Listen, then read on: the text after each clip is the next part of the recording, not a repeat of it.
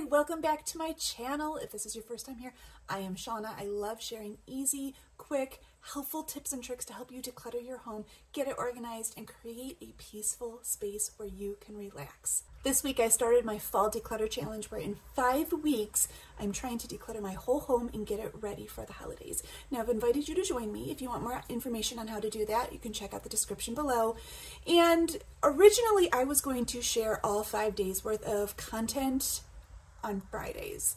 But as I was starting to put clips together, I realized that video is going to be over an hour, and I don't know about you, but I'm definitely not going to want to even edit that, much less watch it. So I figured, let's try to break this down into each day individually, so it's at least a little bit more manageable to watch. If you are interested in seeing how I declutter, if you want to hear my thought process, or even just have motivation, put me on in the background and then you can work on decluttering your home and it feels like we're doing this together. I know I like to do that, especially on days that I really am not feeling motivated.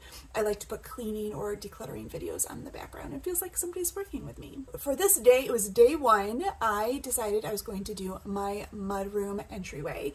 The room really wasn't that bad. If you look around, it just looked like it needed to be tidied, but I was actually shocked that I was able to find as much in that room as I could, including something that my husband misplaced, so I felt like I got an extra gold star for that day. All right, enough chat, let's start decluttering.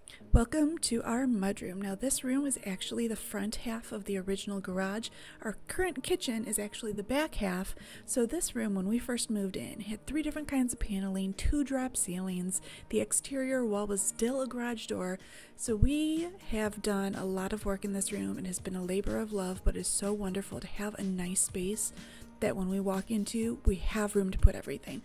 Our last house, the entryway, was seriously like 3 foot by 5 foot and had half a closet in it, and it was in our living room, so this has just been a special treat to have this.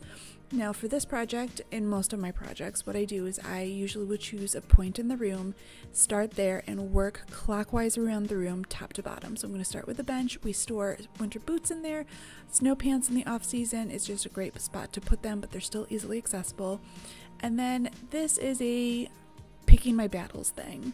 I do not like the sports balls being stored in the mudroom. I would prefer it in the garage or the shed, but if you can't beat them, you join them. They end up coming out here, so I just put a basket out here.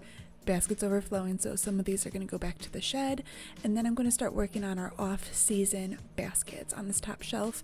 We each have our own basket, so I'm going through mine. I'm not really touching anything in anybody else's baskets because I wouldn't want anyone to get rid of my items, but I'm just making sure that what's in there are things that should be in there, that there's nothing that I know that they've outgrown or is broken, and actually some of these items were in the wrong basket to begin with, so just straightening things up a little bit. And then I'm going to move to the current season baskets.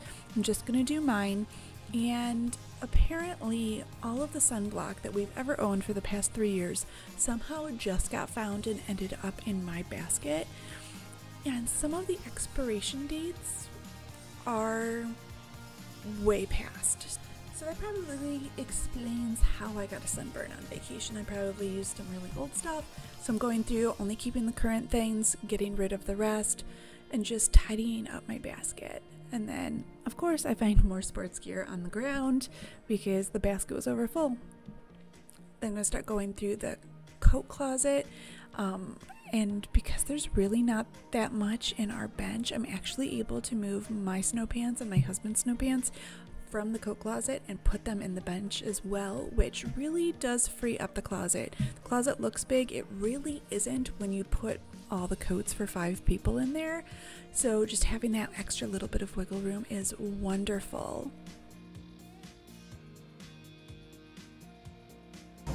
I need to check with my daughter. I think those are too small. And then this is my coat from college.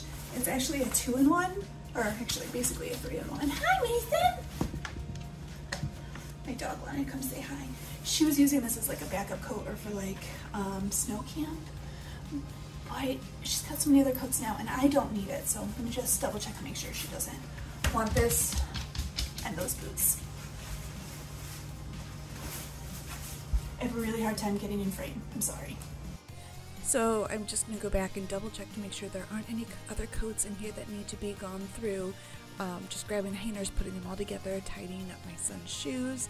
And then I'm moving over to this coat rack, working in that clockwise direction. That's a lot of green fabric. That's all from when I worked on Emerald City for Wizard of Oz last year. This needs to go back to school, so I would put it in my van, but my van's not here today. So I'm gonna put this by the front door, and then hopefully we will take it back to school while we work on sets. All right, just gonna finish up this coat rack really quick, then I'm gonna move over to the last wall and this black storage unit that you see here on the right. That is where my husband and I store our shoes. It has been an entertainment center for us. I used it when I had a daycare. We spent $12 on this thing, and it's been the most versatile piece of furniture we've ever had. My husband has been replacing all of the outlets around, not outlets, the light switches with smart switches and things. I think these are the pieces he 3D printed and then misplaced. So if that's not what they are, I have no idea what they are. So I'm gonna set these out for him and see if he still needs these or not. And if he does, is there a better place for them? Because I don't think that drawer in the mudroom is the best spot for them. Apparently this drawer holds everything. There's shoelaces in there, there are lint rollers, and duct tape. Lint rollers and shoelaces belong there, duct tape, not so much. Then I'm just gonna tidy up after my youngest son. This is just gonna go in the donation bin. I'm gonna just check with my older son. He would remember. Right? Nate would know. Nate would know. And that's just quickly going through, making sure that all the shoes that are in the storage unit are ones that we wear, that we love, and then I found a little surprise. And then I need to see with my older son if there's anything in here he still wants to keep or not. Some of this stuff is not his. This was his bag from camp. Oh, one of his friends dropped it off because we were on vacation. So we'll deal with that in a little bit.